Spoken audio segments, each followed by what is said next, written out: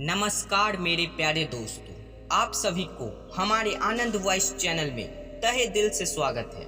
इस कहानी से हम ये सीखेंगे कि हमें दूसरों पर ज़्यादा निर्भर नहीं रहना चाहिए, इसलिए इस वीडियो को पूरे अंत तक देखें। पुराने समय की बात है, जब एक बौद्ध भिक्षु खाना बनाने के लिए जंगलों से लकड़ियाँ लाने के लिए गए, तभी बौद्ध भिक्षु एक घटना देखे। उन्होंने ये देखा कि दो लोमड़ी के पैर में चोट लगी थी, जिसके कारण वो लोमड़ी शिकार नहीं कर पा रही थी, लेकिन फिर वह स्वस्थ प्रतीत हो रही थी। बौद्ध भिक्षु ने सोचा कि ऐसे हालात में वो लोमड़ी जिंदा कैसे है। बौद्ध भिक्षु ये बातें सोचते सोचते जंगलों की तरफ जा रहे थे, तभी उन्होंने हलचल की आवाज़ सुनी। उन्होंने अपने पीछे देखा कि एक शेरनी आ रही है। शेरनी को देखते ही बौद्ध भिक्षु एक आम के पेड़ पर चढ़ गया और उसी पेड़ के डाली पर बैठ के देखने लगा। शेरनी एक छोटे से हिरन का शिकार किया था और उसे अपने दांतों में दबाकर उसी लोमड़ी के तरफ जा रहा था। शेरनी ने लोमड़ी के ऊपर हमला बिल्कुल भी नहीं किया, बल्कि उसे खाने के लिए कुछ मांस का टुकड़ा दिया। बौद्ध भिक्षु ये सब देखकर आश्चर्यचकित हो गया कि शेरनी लोमड़ी को हमला पहुंचाने के बजाय उसे खाना दे रहा है। बौद्ध भिक्षु को ये सब काफी आश्चर्य लगा, इसलिए वो अगले दिन भी उसी पेड़ पर जाकर बैठे और उसी शेरनी का इंतजार कर रहे थे।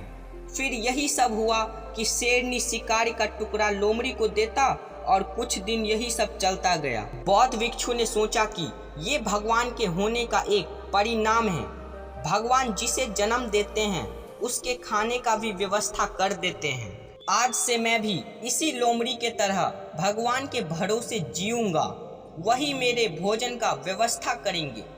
ये सब बौद्ध भिक्षु सोचकर उसी जंगल में बैठ गए और इंतजार करने लगे कि ऊपर वाला भी मेरे लिए भोजन का व्यवस्था कर देंगे। ये सब बातें सोचते सोचते पूरे 5 दिन गुजर गए, लेकिन उन्हें भोजन नहीं मिला। भोजन नहीं मिलने के कारण वो कमजोर हो गया। तभी उसी जंगल के रास्ते एक महात्मा जी जा रहे थे। तभी उनकी नज़र उसी बौद्ध भिक्षु पर गई। ये देखकर महात्मा बौद्ध भिक्षु के पास गए। भिक्षु ने उस महात्मा को हाथ जोड़कर प्रणाम किया। महात्मा जी बौद्ध भिक्षु की ये हालात देखकर उनसे पूछे। बौद्ध भिक्षु ने उसे सारी बात बताएं और बोला कि आप ही बताइए कि ईश्वर मेरे प्रति इतना कठोर कैसे बन गए, भगवान मेरी मदद क्यों नहीं किए। महात्मा जी कहते हैं कि तुम इतने मूर्ख चपाट कैसे हो सकते हो। तुम इस बात को क्यों नहीं समझते हो कि ईश्वर तुम्हें उसी शेरनी के तरह बनते देखना चाहते थे, उस लोमड़ी के तरह नहीं।